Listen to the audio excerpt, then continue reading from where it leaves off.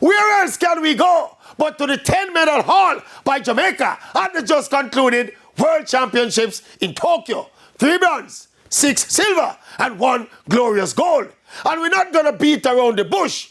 That win by Oblique Seville in the 100-meter event, beating not just the American chatterbox and the Olympic champion Noah Lyles, but also relegating the Olympic silver medalist and more fancied countryman Kishane Thompson to second fiddle. I am not venturing out of the box on this one. That was the performance and the moment of the championships. This was Oblique Seville's 4th crack at global championship glory.